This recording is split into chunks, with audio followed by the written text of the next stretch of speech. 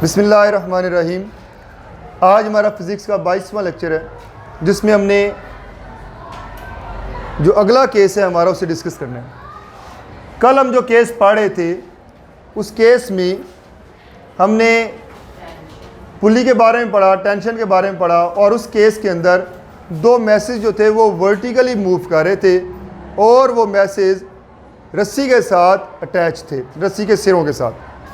कि मुझे आप ज़रा दूसरे मार्कर भी दे दें, एक रेड भी और ब्लू भी लाई मुझे दे दें। यहाँ पर इस केस में अगर आप देखते हैं, यहाँ पर भी दो मैसेज हैं, मैस ए है, मैस बी है, दोनों रस्सी से जुड़े हुए हैं। ये ब्लू कलर में रस्सी है, स्ट्रिंग है, उसके सिरों से जुड़े हुए हैं, और पुली जो है वो यहाँ पर भी मौजूद है। मगर यहाँ पर फ़र्क क्या है इस केस में और कल वाले गुजरे हुए केस में? कल जो दोनों मैसेज थे वो वर्टिकली मूव कर रहे थे, यानी एक नीचे आ रहा था तो एक ऊपर जा रहा था। यहाँ पर इस केस में मैस ए तो वर्टिकली मूव कर रहा है, नीचे की जानिब आ रहा है, बट मैस बी जो है वो हॉरिजॉन्टली मूव कर रहा है टेबल की सरफेस पर। यह फ़र्क है। इस केस में भी हमने टेंशन और एक्सेलरेशन को फाइंड करना है। इस केस में मैस ए जो है वो ज़्यादा है और उसकी वजह से रस्सी में टेंशन यहाँ पर मौजूद है। अब ये मैस ए डाउनवर्ड मूव करता है। अगर ये डाउनवर्ड मूव करेगा तो मैस बी किधर को जाएगा? आगे की तरफ। मैस बी किधर को जाएगा? आगे की तरफ। अब इसीलिए आप देखें मैस ए की डायरेक्शन डाउनवर्ड थी तो हमने एक्सेलरेशन की डायरेक्शन भी डाउनवर्ड रखी है। मैस बी की डायरेक्शन आगे की जानिब थी तो उसकी डायरेक्शन भी एक्सेलरेशन की आगे की जानिब है। ठीक हो गया यहाँ तक? अब उसके बाद हम देखना ये चाहेंगे कि मैस ए पर कौन कौन सी फोर्सेस काम कर रही होंगी। तो यहाँ पर मैस ए पर दो तरह की फोर्सेस मौजूद हैं। एक फोर्स जो है वो तो इसका वेट m1g है जो इसको नीचे की तरफ खींच रहा है, और दूसरी फोर्स जो इस मैस पर लग रही है वो इस रस्सी की टेंशन है, खिंचाव है। जिस तरह कल मैंने आपको मिसाल दी थी कि अगर मैं धागे के साथ एक ईंट को बांध दूं तो ईंट पर दो फोर्सेस काम कर रही होंगी। नंबर एक, ईंट का अपना वेट जो कि डाउनवर्ड है, और दूसरा वो जो धागा या रस्सी है उसमें पैदा होने वाला खिंचाव जो ईंट को किधर को खींचना चाह रहा है? ऊपर की जाए। क्लियर होगी बात? तो यहाँ पर भी ये दो फोर्सेस मौजूद हैं। तो यहाँ पर अगर आप देखें जो पैराग्राफ शुरू हो रहा है उसमें मैंने आज सारी डिटेल नहीं लिखी कि जो मेन पॉइंट्स बोर्ड कर दूंगा। सिंस बॉडी ए मूव्स डाउनवर्ड, बॉडी ए जो है वो नीचे की जानिब आ रही है, therefore its weight m1g is greater than the tension t। अगर इसका वेट ज़्यादा है इस टेंशन से तभी ये नीचे आ रहा है। अब वेट इसको किधर को ला रहा है? नीचे, और टेंशन किधर को ले जाना चाह रही है? ऊपर। तो वेट डाउनवर्ड है तभी ये नीचे आ रहा है। अगर वेट ज़्यादा है तो फिर नेट फोर्स जो मेरे पास आएगी, नेट फोर्स एक्टिंग ऑन, मैं थोड़ा सा जल्दी में लिखूंगा इसे, ऑन बॉडी ए, वो कौन सी होगी? दो फोर्सेस थी m1g और t, बड़ी कौन सी है, ज़्यादा कौन सी है फोर्स? m1g। तो ये पहले आएगी m1g और सब्ट्रैक्ट क्या होगी? टेंशन। न्यूटन सेकंड लॉ क्या था?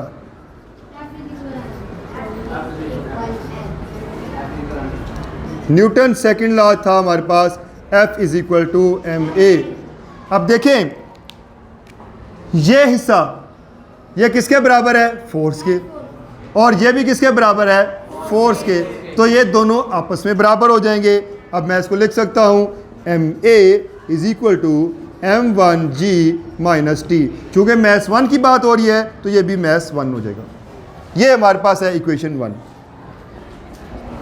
इक्वेशन 1 का केस तो बिल्कुल वैसे है जैसे कल की इक्वेशन 1 का केस था, लेकिन इक्वेशन 2 का केस वैसे नहीं होगा। ये पीछे वाले ये आप दोनों ऑन कर दें,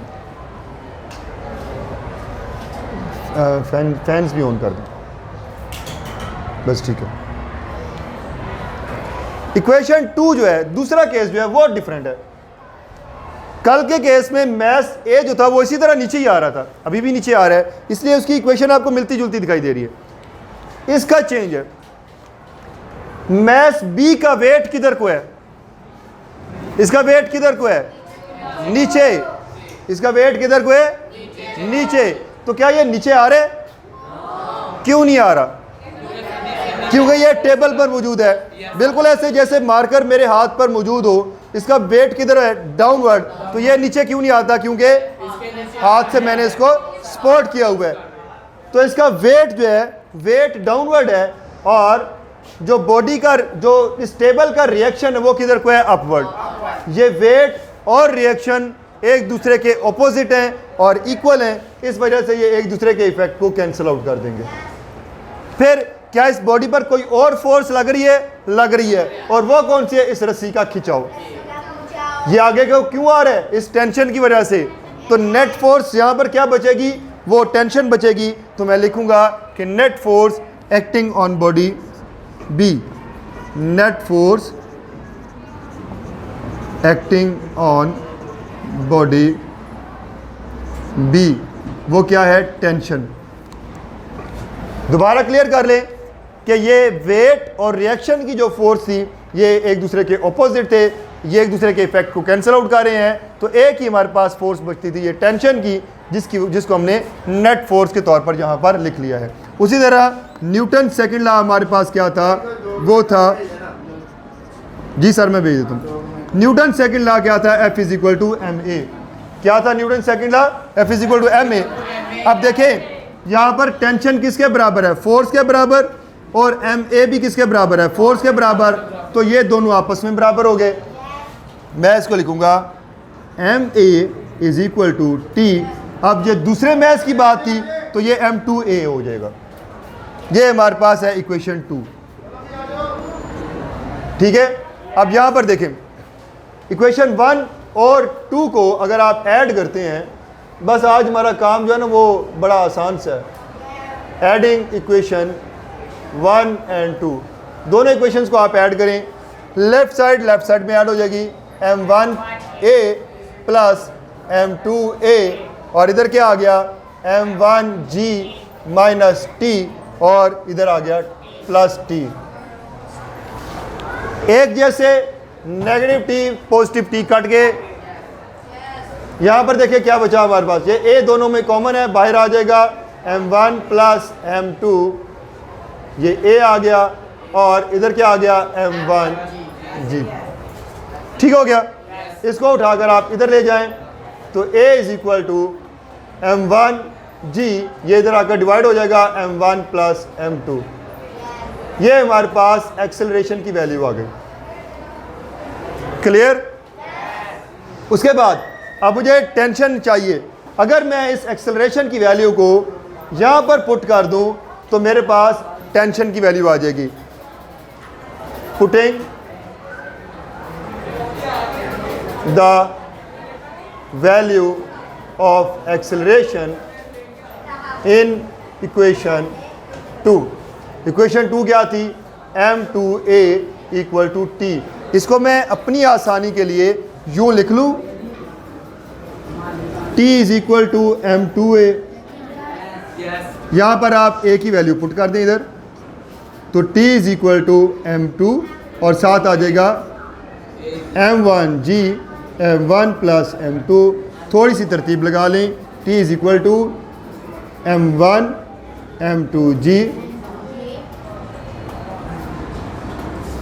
M1 प्लस M2। इस तरह से हमने इस एक्सप्रेशन के अंदर एक्सेलरेशन और टाइम जो टेंशन है उनकी वैल्यूज़ को फाइंड आउट कर लिया है।